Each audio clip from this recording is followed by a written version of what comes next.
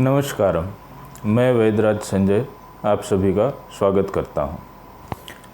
आज हम बात करेंगे पानी के बारे में। बहुत सारी बातें आपने कई जगह सुनी होगी, देखी होगी, पढ़ी होगी। कितना पानी पीना चाहिए, कब पीना चाहिए। तो आज हम आयुर्वेद के पॉइंट ऑफ व्यू से समझेंगे कि आयुर्वेद पानी के बारे में क्या कहता है। तो सबसे पहले अपने बात करते हैं सुबह खाली पेट पानी पीने की। तो इसको आयुर्वेद में उषःपान कहा गया है और उषःपान का समय जो है सूर्योदय से 5 घड़ी, 1 घड़ी 24 मिनट की होती है, यानी कि 120 मिनट पहले, सूर्योदय से 120 मिनट पहले पानी पीना होता है। उसके बाद 1 घड़ी विश्राम करना, यानी कि सो जाना होता है 24 मिनट तक, और उसके बाद उठ के अपने काम में लगना होता है। अब ये उषःपान किसको करना चाहिए?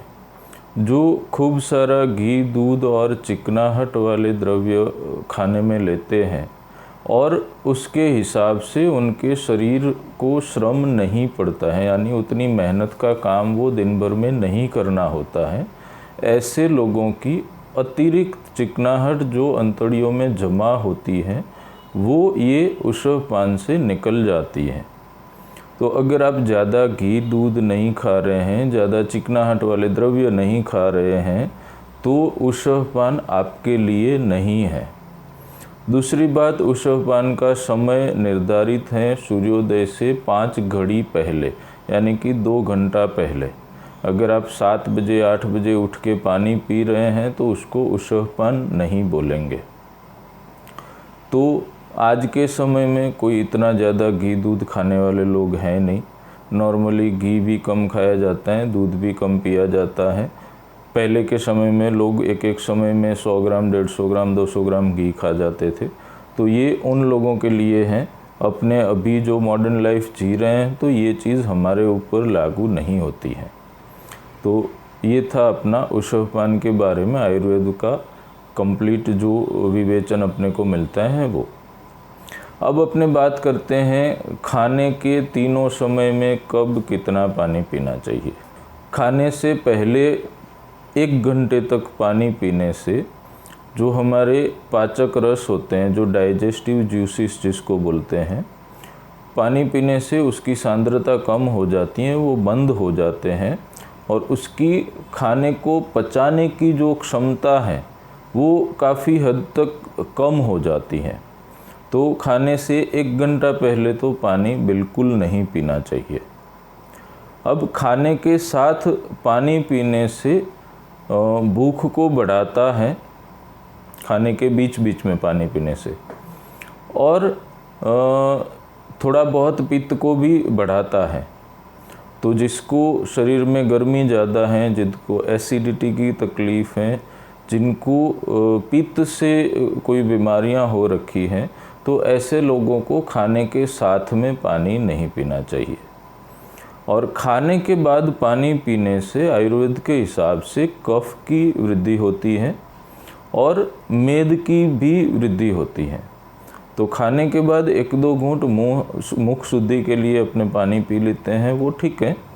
बाकी उसके अलावा ज़्यादा प्रमाण में पानी पीना मेदवर्धक है, वज़न बढ़ाने वाला है, और कफ की बीमारियां अगर आपको हैं तो उसको भी ये बढ़ा सकता है।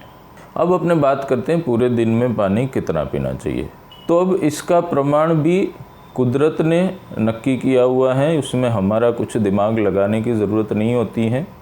आपको मौसम के हिसाब से, श्रम के हिसाब से और एटमॉस्फेयर के हिसाब से अपने आप ही प्यास ज़्यादा या कम लग जाती है।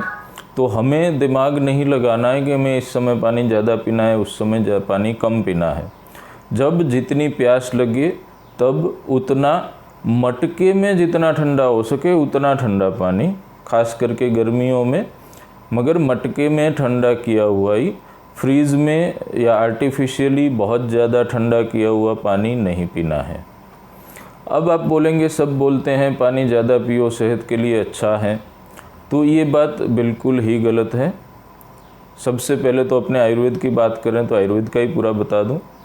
आयुर्वेद में ग्रीष्म और शरद ऋतु यानी कि अप्रैल में और सितंबर अक्टूबर, ये 4 महीने।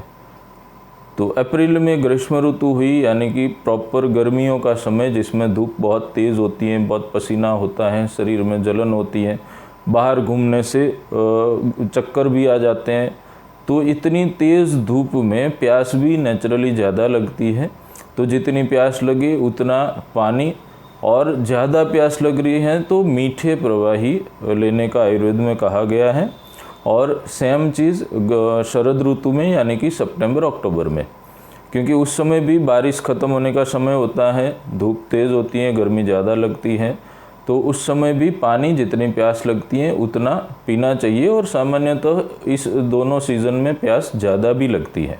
इसके अतिरिक्त शिशिर, हेमंत, वर्षा और वसंत, ये 4 ऋतु में प्यास कम भी लगती है, और जितनी प्यास लगती है उससे भी 10-20% कम पानी पीने का आयुर्वेद में बोला गया है। अब अपने मॉडर्न साइंस के हिसाब से देखते हैं कि ज़्यादा पानी पीते हैं तो किडनी के ऊपर लोड ज़्यादा आता है, शरीर को पानी बाहर फेंकने में किडनी को ज़्यादा मेहनत करनी पड़ती है, तो किडनी थक जाती है। दूसरी बात कि ज़्यादा पानी पीने से शरीर के जो सोडियम है उसको शरीर बाहर फेंक देता है फिल्ट्रेशन के प्रोसेस में, तो शरीर में सोडियम की कमी हो जाती है, जो कई बार हार्ट अटैक का कारण बन सकता है। अब वापस अपने आयुर्वेद पे आते हैं। ज़्यादा पानी पीते हैं तो उसका ज़रूरी नहीं है कि ज़्यादा पानी पास आउट हो, यूरिन ज़्यादा हो। कई लोगों को ऐसा भी होता है, चाहे जितना भी पानी पी ले, पेशाब तो जो होता है वही होता है। तो ऐसी अवस्था में पानी शरीर में डिपॉजिट होता है, तो वो जो लिक्विड हैं शरीर में, जो फ्लूइड हैं, जो सर्कुलेट होते रहते हैं, उनकी सांद्रता कम करता है, उसको मंद करता है, डाइल्यूट कर देता है। तो उस अवस्था में भी शरीर के जो पोषक तत्व जो कंसंट्रेशन में शरीर में रहने चाहिए, उनका कंसंट्रेशन कम हो जाता है, तो इंटरनली शरीर को ये वीक करता है। तो अब सीधा सा हिसाब अपने करेंगे कि सुबह खाली पेट आप बहुत चिकनाहट वाले खाने खा रहे हैं, बहुत घी दूध खा रहे हैं, बहुत सारा तेल खा रहे हैं, तो सुबह सूर्योदय से 2 घंटा पहले कुएं का पानी, या कुएं जितने टेम्परेचर का, मतलब ठंडा भी नहीं गर्म भी नहीं, जो मुंह में डालने पे नॉर्मल लगे, ना ठंडा लगे ना गर्म लगे, वैसा पानी पिएंगे। और वो भी जैसे विधि बताई उस विधि के हिसाब से। और अगर आप ऐसे कोई चिकने द्रव्य नहीं खा रहे हैं, नॉर्मल रोटी सब्जी दाल चावल या घर का खाना खा रहे हैं जिसमें अतिरिक्त चिकनाहट नहीं आती है, तो आपको सुबह पानी नहीं पीना चाहिए, वो अंतड़ियों को कमज़ोर कर सकता है।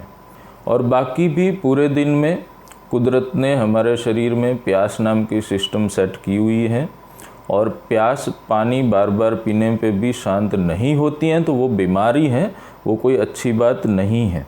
तो आपकी पानी पीने से प्यास शांत हो रही है, तो जितने पानी पीने से आपकी प्यास शांत हो उतना ही पानी जब प्यास लगे तभी पीना है। बिना प्यास के बार बार पानी तो बिल्कुल भी नहीं पीना चाहिए। तो ये था आज का विषय, पानी कब, कितना, कैसे पीना चाहिए आयुर्वेद के अनुसार। स्वस्थ रहें, निरोगी रहें। धन्यवाद।